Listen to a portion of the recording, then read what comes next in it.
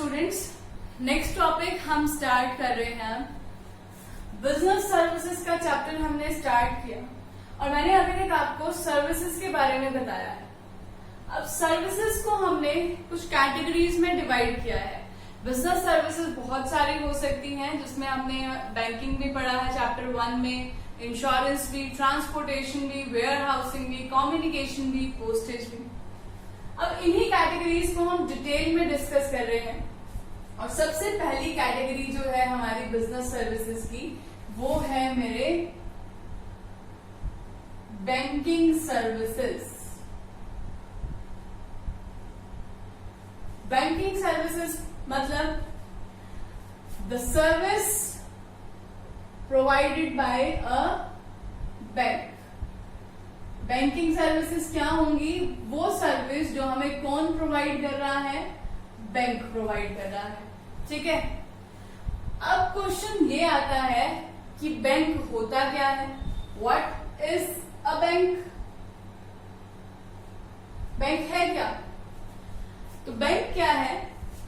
Bank एक ऐसी institution है जो सरप्लस डिपॉजिट्स को एक्सेप्ट करता है और उन्हीं डिपॉजिट्स को विड्रॉ करने की अपॉर्चुनिटी भी देता है डिपॉजिटर को। ठीक है। और उसके अलावा लोन्स और एडवांसेस भी प्रोवाइड करता है ताकि वो प्रॉफिट अर्न कर सके। तो अगर मैं इस पूरे सेंटेंसेस को एक सिंगल सेंटेंस में फ्रेम करना चाहूं तो बैंक क्या है? Bank is a financial institution which accepts deposits withdrawable by checks and advances loans to customers to earn profits। तो क्लियर है यहां से? बैंक क्या है? बैंक एक ऐसी इंस्टीट्यूशन है दैट एक्सेप्ट्स डिपॉजिट, मैंने बोला, यानी कि जहां पर कोई भी पर्सन जाकर अपनी एक्स्ट्रा मनी यानी कि अपनी सेविंग्स को डिपॉजिट कर सकता है और बैंक उसे एक्सेप्ट करता है। फिर मैंने बोला विड्रॉएबल बाय चेक। अब जो डिपॉजिटर है, जैसे कि मैं हूं, मैंने किसी भी बैंक के अंदर 1 लाख अमाउंट को डिपॉजिट कर दिया। विड्रॉएबल बाय चेक यानी कि मैं जब भी चाहूं उस अमाउंट को चेक से विड्रॉ कर सकती हूँ, या फिर अगर मुझे इन हैंड कैश चाहिए तो मैं पे इन स्लिप फिल करके विड्रॉ कर सकती हूँ। अब पे इन स्लिप क्या होती है? अगर आप कभी भी बैंक गए होंगे तो आपने देखा होगा कि वहां पर कुछ भी डिपॉजिट कराने से पहले और विड्रॉ कराने से पहले हम एक छोटी सी स्लिप फिल करते हैं, उसके अंदर डिटेल्स फिल करते हैं ट्रांजैक्शन की, उसी को हम पे इन स्लिप बोलते हैं। ठीक है। तो हम बात कर रहे थे इसकी डेफिनेशन की। Bank is an institution that accepts deposits withdrawable by check or paying slips and advances loans। advances loan का मतलब क्या होता है? जो लोन प्रोवाइड करता है किसको? जहां पर भी फंड्स की डेफिशिएंसी है। मेरे पास एक्स्ट्रा अमाउंट था, मैंने बैंक में डिपॉजिट कर दिया 1 लाख। हो सकता है कि कोई और कस्टमर हो, उसके पास शॉर्टेज है मनी की, उसको पैसा चाहिए, तो बैंक ने उसे उधार दे दिया, लेंड कर दिया अमाउंट, तो उसे हम बोल रहे हैं advances loans for earning profit. और इन्हीं ट्रांजैक्शंस के बीच से बैंक क्या अर्न करता है? अपने लिए प्रॉफिट अर्न करता है। अब पॉइंट ये आता है कि बैंक प्रॉफिट अर्न कैसे करता है? कहां से प्रॉफिट आता है? जब भी कोई डिपॉजिटर डिपॉजिट करता है, यानी कि जब बैंक डिपॉजिट्स एक्सेप्ट करते हैं तो उसके ऊपर इंटरेस्ट पे करता है bank. Interest is paid. Clear? और जब भी वो लोन प्रोवाइड करता है, यानी कि बैंक जब भी किसी कस्टमर को लोन दे रहा है तो उस टाइम पर इंटरेस्ट को क्या करता है? रिसीव करता है। ठीक है। और प्रॉफिट तो हम तभी अर्न कर सकते हैं जब हमारी रिसीट्स यानी कि इनकम्स ज्यादा हो और हमारी पेमेंट्स कम हो। तो इसका मतलब बैंक लोन पर जो इंटरेस्ट चार्ज करेगा वो हमेशा किससे ज्यादा होगा? जितना वो डिपॉजिट्स पर प्रोवाइड करेगा।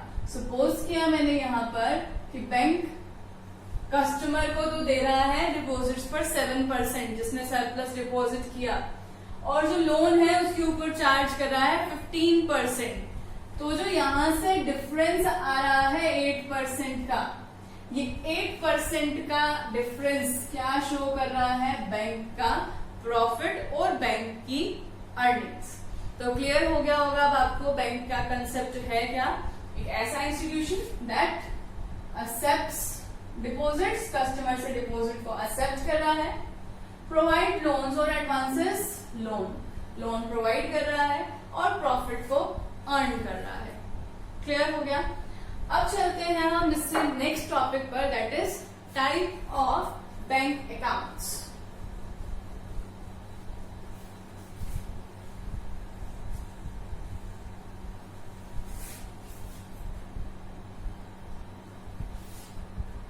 नेक्स्ट टॉपिक है हमारा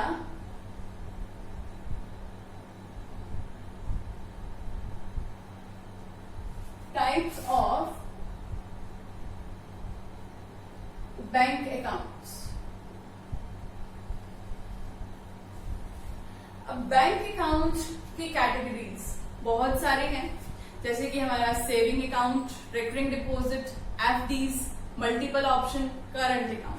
तो 5 कैटेगरीज मेनली हमारे पास हैं टाइप जो है हमारे बैंक अकाउंट की। सबसे पहले हम बात कर रहे हैं हमारे सबसे simple account, that is savings account. अब सेविंग्स अकाउंट क्या होता है? कोई भी कस्टमर जिसके पास भी सरप्लस मनी है, जिसके पास भी एक्स्ट्रा कैश है, वो सेविंग्स करना चाहता है, तो उसके लिए बैंक ने एक फैसिलिटी दी है कि आप बैंक के पास सेविंग डिपॉजिट अकाउंट ओपन कर सकते हो। सेविंग डिपॉजिट अकाउंट की फैसिलिटी बैंक इसलिए प्रोवाइड कर रहे हैं ताकि वो स्मॉल सेवर्स की इन्वेस्टमेंट्स को प्रमोट कर सकें, यानी कि जो छोटा छोटा अमाउंट सेव करते हैं मंथली बेसिस पर, उन्हें भी अपॉर्चुनिटी मिल सके कुछ अर्न करने की। उन्हीं सारे स्मॉल सेवर्स को प्रमोट करने के लिए, एनकरेज करने के लिए बैंक ने हमें सेविंग्स डिपॉजिट अकाउंट की फैसिलिटी प्रोवाइड की है। सेविंग डिपॉजिट अकाउंट में आप कभी भी जाकर डिपॉजिट कर सकते हैं और कभी भी जाकर अपने ही डिपॉजिटेड अमाउंट को विड्रॉ भी कर सकते हैं। अगर आप सेविंग डिपॉजिट अकाउंट में अमाउंट को डिपॉजिट कर रहे हैं तो आप अपनी मर्जी से कभी भी उसे विड्रॉ कर सकते हैं, यानी कि आप कभी भी बैंक से डिमांड कर सकते हैं कि आपको पर्टिकुलर अमाउंट विड्रॉ करना है। जैसे कि कंसीडर किया, मैंने एक सेविंग डिपॉजिट अकाउंट ओपन किया, उसके अंदर मैंने जून 1 को डिपॉजिट कर दिया है 50,000 का कैश, जून 10 को मैंने डिपॉजिट कर दिया है 30,000 का कैश, टोटल हो गया वहां पर 80,000। अब जून 20 को मुझे लगा कि मुझे 5,000 कैश चाहिए, मुझे कहीं पर स्पेंड करना है, तो 80,000 में से मैं कभी भी जाकर 5,000 के कैश को विड्रॉ कर सकती हूँ। बट जब भी हम कस्टमर की डिमांड पर विड्रॉ करने की अपॉर्चुनिटी दे रहे हैं तो बैंक के लिए वो लायबिलिटी क्या रहेगी? Demand liability. दोबारा से समझ लो इस बात को, 1 मार्क के क्वेश्चन में ये आपसे पूछा जा सकता है। सबसे पहली बात, अगर कोई भी कस्टमर अपने किसी भी अकाउंट के अंदर जाकर अमाउंट डिपॉजिट करता है तो वो बैंक को लायबल कर देता है। क्यों? क्योंकि मैंने अगर बैंक के अंदर 80,000 डिपॉजिट किया तो बैंक की अब लायबिलिटी हो गई कि वो कभी भी मैं मांगूंगी तो उसे वापस करना पड़ेगा, यानी कि मेरी डिमांड पर बैंक को मुझे रिटर्न करना पड़ेगा। तो यानी कि बैंक की लायबिलिटी हुई, मुझे वापस करना है बैंक को, और कभी भी यानी कि मेरी डिमांड पर। तो इसीलिए हमने इसको क्या बोल दिया है? The amount deposited by depositor is considered as demand liability in case of savings deposit account.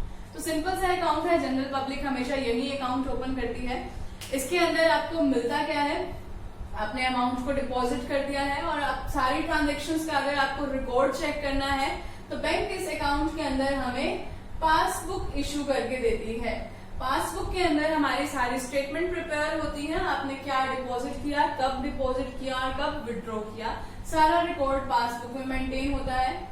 इसके अलावा आप चेक बुक की फैसिलिटी भी ले सकते हो, यानी कि आप जब भी चाहो अपने सेविंग अकाउंट से पेमेंट कर सकते हो और विड्रॉ कर सकते हो बाय इशूइंग चेक। तो चेक बुक की फैसिलिटी मिलती है।